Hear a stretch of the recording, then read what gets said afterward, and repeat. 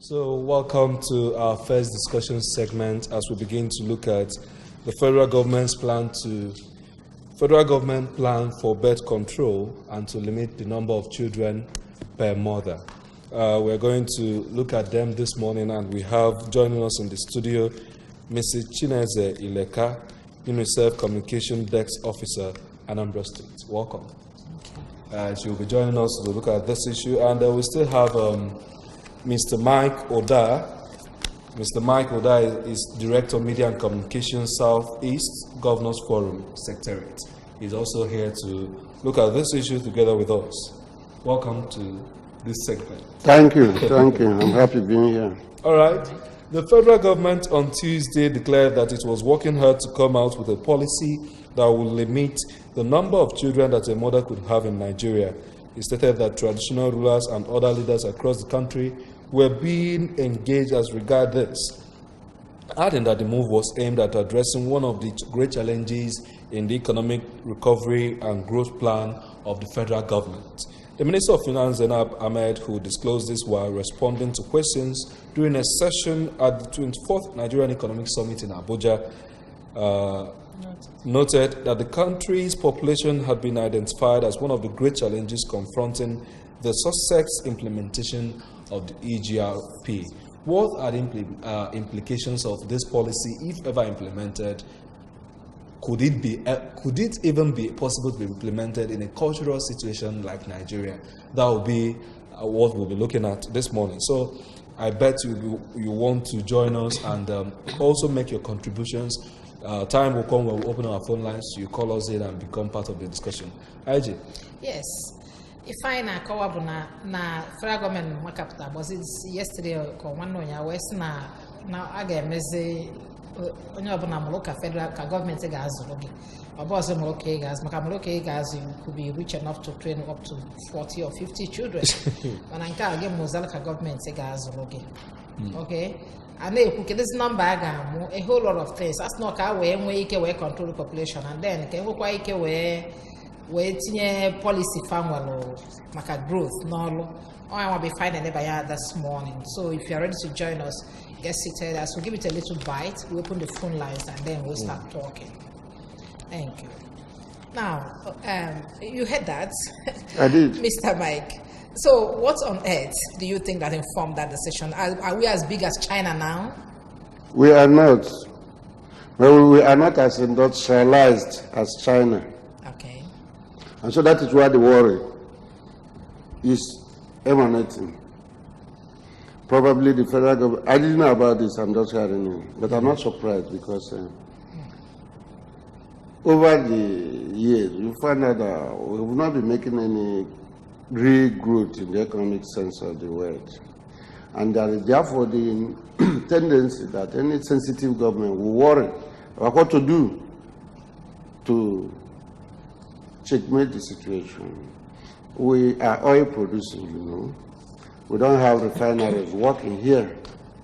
We don't know the quantity of oil that we produce on a daily basis. Refineries? Why wouldn't we have refineries? It's all about corruption. It's all about misplacement of priorities. It's all about not getting our economic policies right. So the government of the day might feel that there's a correlation between population and the level of our economic despondency. And the government might feel that a solution may come in form of a reduction in our by introducing some form of birth control. Do you think it's a proper policy coming at this time? Well, if you ask me today whether there's a need for us to have some form of birth control, I would say yes. If you asked me in 1990 when I got married, you may not say yes. I wouldn't have said it. Okay, let's come to you, madam. Thank God you're a mother, you're a woman, and you have heard this. Is it even possible for the federal government to tell anybody how many children to get? Maybe Ndibo say moloke azu. How do you see this coming from your angle?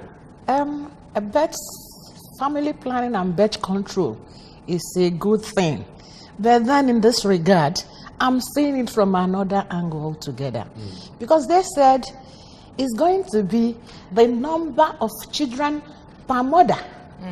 Remember that in some part of the country, we just have one wife. Then in some part of the country, they have 4 wives, 5 wives. 4, when they want to take a 5th one, they quickly organize a mock divorce, remove that one, bring another one, that one is still the 4th one is still the wife. And then what happens? When you are doing it, I see this policy as being used against some sections of the country. Because, let me give an example. A woman in Igbo land will have a child.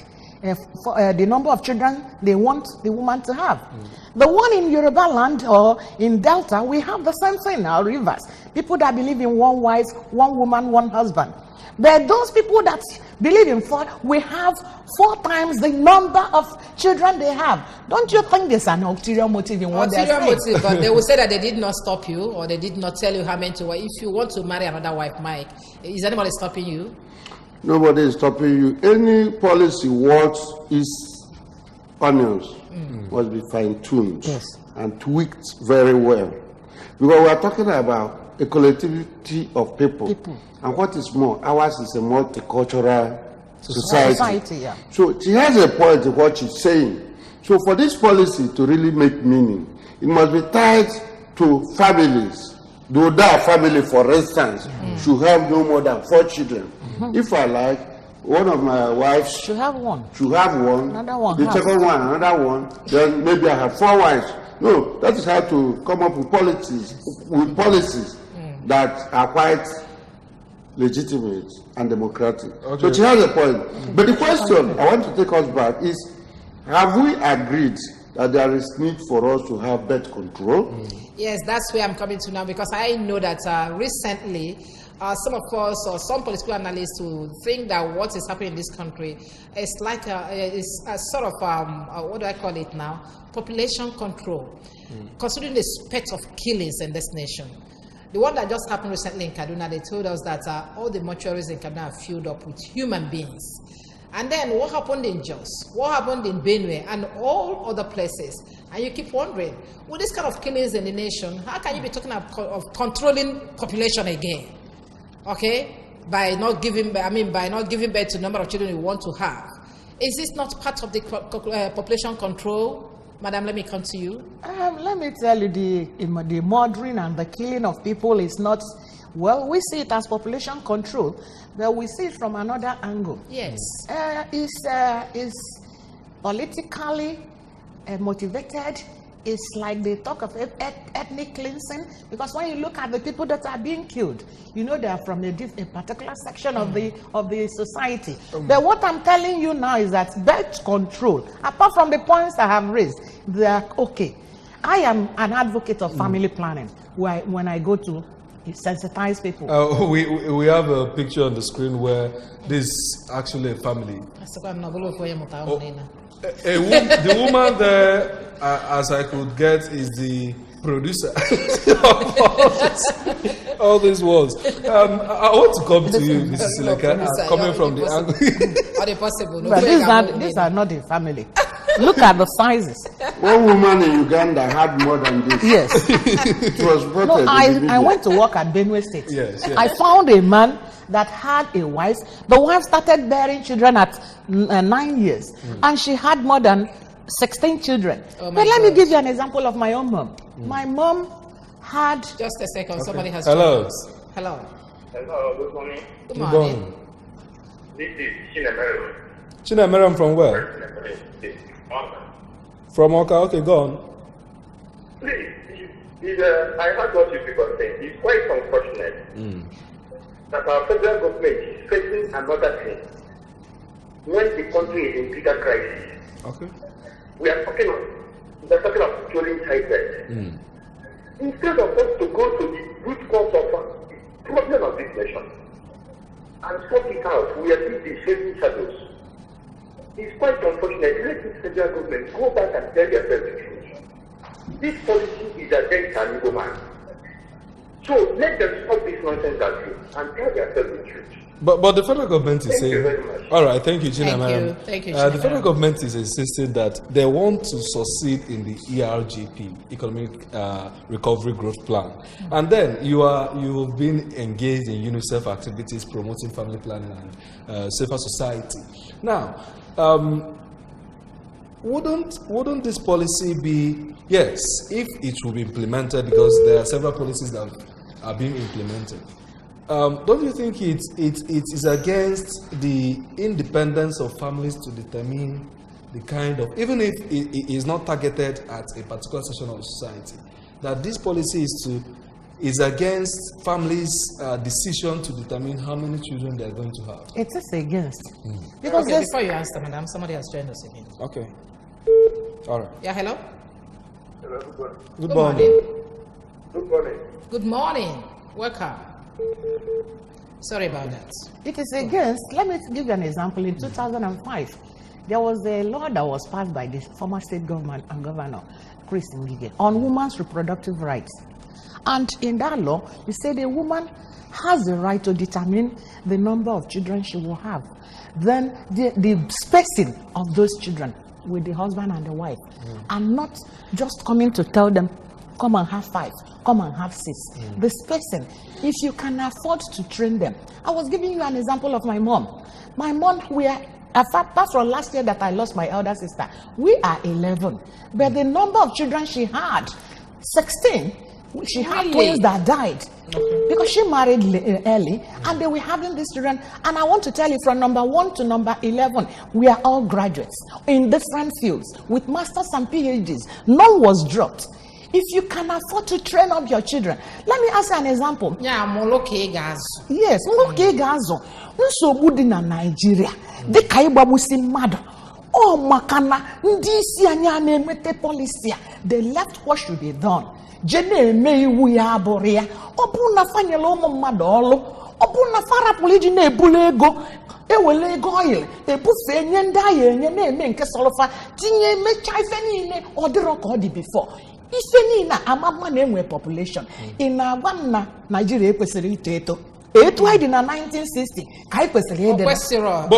But is population growth actually a growth? Growth is when you have an increase in the number of anything. An increase in the number of tables in your house, an increase in the number of chairs, or football. Maybe you are a soccer fan, you decide to buy balls with reckless abandon. So if you have more children, you keep having children. That is population What of the increase. vehicles that are on the road But now? I agree with madam. That is not about the number of people. Indeed, come to think about it. Okay. The big population is a boost to the economy. Ms. Oda, hold your thoughts. We'll go to the street now. We went to the street to get what the people have to say about the situation. So we'll bring you the Vox Pop, where people air their views about this topic. Kano, all the makamaro molo yazu, makinyi sike karno. I don't like it. Ono chukwu ya madi ya moye. Maka acho nwacho. Weto bunwa. So ona agami bagami to. Always all you 20 ya mo ono we game on men ndị wura wo juin. Ọ bụ iwe dịrị ezi maka na ị na-anọ obodo si wee dị kịta ife siri ike and n'obodo oyibo ya na-amụkarị na-emụka mụọ ịbụọ mụọ ịtọ dịka m nwa na ịtọ ka m mụrụ and ọkwa n'ike nke Chineke nna. I prefer that. It's very much okay by me. I don't know for others. Very much okay. It will help us, the parents, at least to take good care of our children. Send them to a very good school. Then for their upkeep, then they will be okay. Health-wise, socially, psychologically, they will be fit. I think it's a good idea, owing to the fact that we are becoming overpopulated in this country. But in doing that, I think they ought to educate the masses, because most people that are having this, that are having too much children, are mostly uneducated ones. To me, it's a good idea, but one thing I believe in is that it's God that gives children. So, considering the situation of things now, I in particular I have up to 5, but considering the situation of things in Nigeria, it depends on individual. But to have many children, if you know that you can cater for them, no, there's no problem. Yes, one of them said it's God that gives children. And probably we've seen situations where just last year, just early, I think in August, we had 2 cases of where 2 women delivered 5 triplets, one in Oka here, one at Dewi. And maybe they saw this coming. No, not really. I think we haven't really gotten to exactly what the federal government have in mind while saying this, or the implication of this. It's not just Molokegazo or how many children you are you are able to have because of your health or whatever. No, that's not what the federal government is looking at. Someone say no, factually control population. Overall population no population of general population in the whole country. And I know, Mr. Michael, that let me come to you, that they've always said that our strength is in our population. Yes. Okay, and that's why we are called the largest giant of Africa, and then the most populated nation in Africa. Now, by this policy that they're trying to implement now, do you think we can still occupy our space? Because I still emphasize there are so many areas, especially in this kind of indiscriminate killing of people, that the population is being checked. I agree with you that there is a correlation between the population of a certain economic entity and the strength in both economic and political terms of that society. Let me start with the economic perspective. Do you know why, when Obasanjo lifted the ban, when Obasanjo called for telecommunication companies to come into Nigeria, this GSM, they rushed here because of the population in Nigeria, because there is such a thing in economics as economy of scale.